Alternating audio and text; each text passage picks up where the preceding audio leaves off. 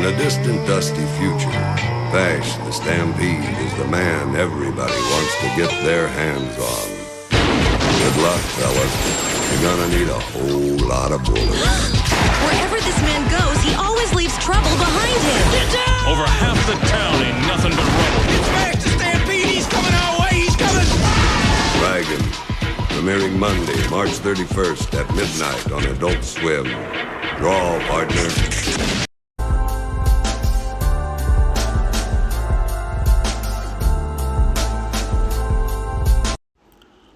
All right, guys, so let's talk about Trigun. So Trigun is one of these animes that it is a hidden gem. Now, what was the last episode I did? Was Dragon Ball, I believe? I believe so. That one, not a hidden gem. A lot of people know that one, but this one, not so much. So this aired on Cartoon Network or Adult Swim at the time in 2003, March 2003. And it's pretty much... I'm trying to give you the synopsis of Trigun. If you have seen it, cool. If you haven't seen it, I'm about to explain it. It's pretty much one of those old, those Western movies, Clint Eastwood movies, The Good, Bad, and Ugly, with mixed in with a little sci-fi, a little fantasy, a little action per se.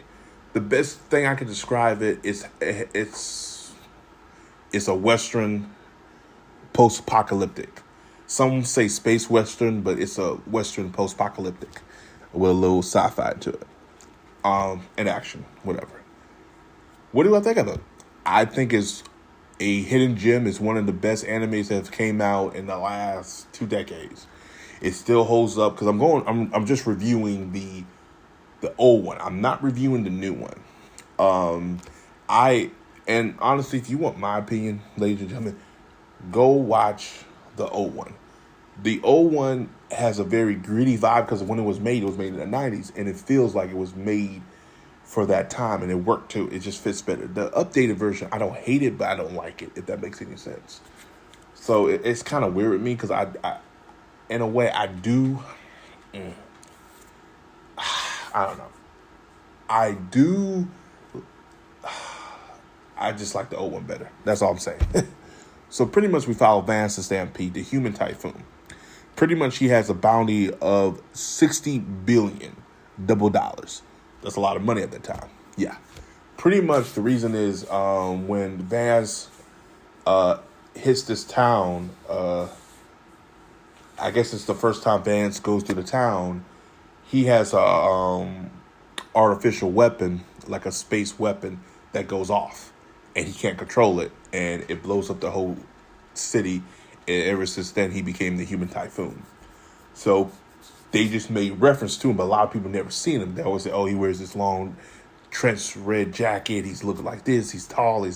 So they've never had a visual look at him because when they finally see Vance, they're like, "Oh, this dude's goofy." They don't see the Vance the Stampede that the posters make him out to be, and that's kind of the running gag throughout the thing. So eventually, Lily and Meryl eventually do see him, and then they write him down. Because even it takes them for a couple episodes to realize, oh, is this Vance the Stampede? And it's funny.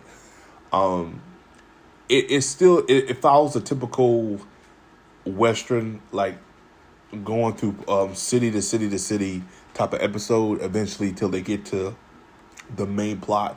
And the main plot is when we understand what happened with Vance the Stampede those many years ago when his weapon goes off.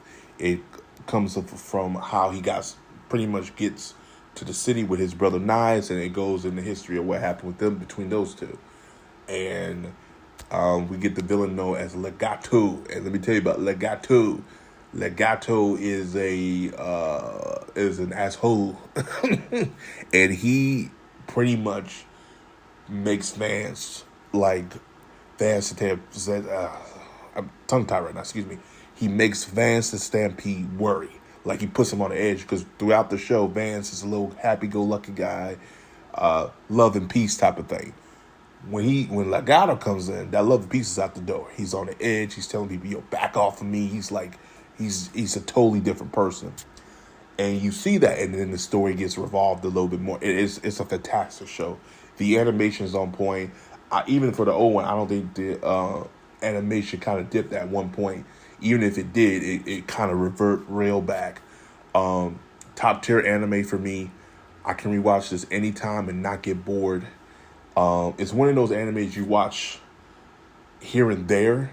And if you're becoming an animator or you becoming an anime, anything animated related, you watch this show. Learn how the show is tell a story. Like, literally watch this and learn from it. It's just fantastic. It's like arguably one of my favorite animes to rewatch over and over again. This, Black Lagoon, Samurai Champloo, very basic anime, but very good story anime. Like I said, I'll talk about Black Lagoon. Well, you know what? I don't need to talk about them because they actually did have a appearance on Toonami, so they're not hidden. But Trigun and all the other stuff, yeah, it's just fantastic how they do this stuff here. But if I had to really grade this anime, still to this day, it's still one, like I said, 9 out of 10. At times when it gets towards the end, it does kind of move a little bit faster, but it is what it is. Would I put this on the top list of other animes? Usually, like I said, 8, 9. If I can rewatch an anime and not still get bored with the story, yeah. Dragon Ball is one of them. Trigun is one of them. Samurai Champloo is one of them. Code Geass would be one, but I have to really get invested into that one. You know what I'm saying? Black Lagoon, Hellsing, Ultimate. The old one's not bad, but I have to really get into Hellsing Ultimate again. So, but yeah, guys, that's all I got to say about it. If you have seen Trigun, comment below. Let me know what you think about it. If you haven't, as always, like, subscribe, peace, heaven, Jones today. I'll see you guys in the next video.